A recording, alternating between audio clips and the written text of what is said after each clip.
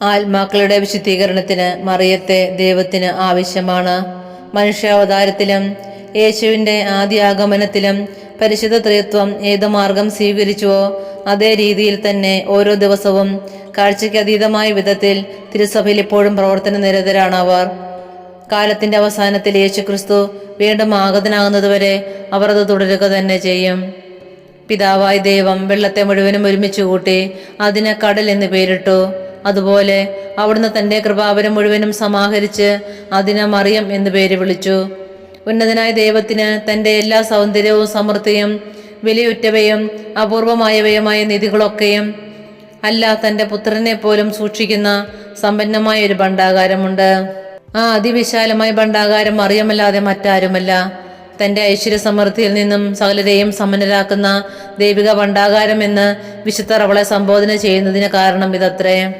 പുത്രനായ ദൈവം തന്റെ ജീവിതം കൊണ്ടും മരണം കൊണ്ടും സമ്പാദിച്ച എല്ലാ സുസ്ഥിരമായ പുണ്യങ്ങളും അനന്തമായ യോഗ്യതകളും തന്റെ മാതാവിനെ ഏൽപ്പിച്ചു.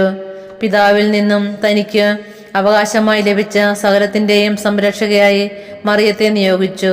മറിയം വഴിയാണ് അവിടുന്ന് ഭൗതിക ശരീരത്തിലെ മറ്റവയവങ്ങൾക്ക് തന്റെ യോഗ്യതകൾ ഉപയുക്തമാക്കുന്നതും തന്റെ പുണ്യങ്ങൾ പകരുന്നതും. അവൾ അവിടുത്തെ കൃപയുടെ സംഭരണിയാണ്, നിഗൂഢ നീർച്ചാലാണ്. അത് മനുഷ്യർക്ക് അനുയോജ്യമാംവിധം നിർമ്മിതമാകയാൽ അതിലൂടെ തന്റെ കാരുണ്യം സൗമ്യമായും സമർത്ഥമായും ഒഴുക്കുക എളുപ്പമത്രേ. പരിശുദ്ധാത്മാവായ ദൈവം അനിർവചനീയമായ തന്റെ ദാനങ്ങൾ മണവാട്ടിയായ മറിയത്തിലേക്ക് പകർന്നു. അവിടത്തേക്ക് സ്വന്തമായതെല്ലാം വിതരണം ചെയ്യാൻ അവളെ തിരഞ്ഞെടുത്തിരിക്കുന്നു.